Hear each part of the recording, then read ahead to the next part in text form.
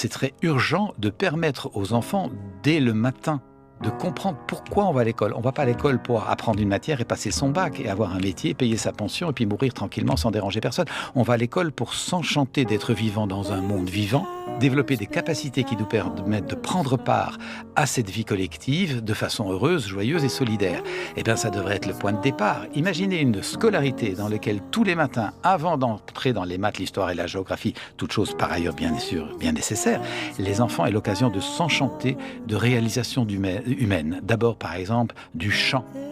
Du chant solitaire, du chant d'improvisation, du chant de chœur, de la danse, de la chorégraphie, les beautés humaines, l'art, la peinture, la sculpture, de voir combien ce que l'homme crée et ce pourquoi il est fait est magnifique, de voir des vols d'oiseaux, des vols des tourneaux, des atterrissages d'oies sur des étangs, et se rendre compte que la vie est belle et magnifique et qu'elle vaut la peine d'être encouragée. Il faudrait que les enfants puissent s'émerveiller de ça en disant « mais moi j'ai envie de contribuer à ça ».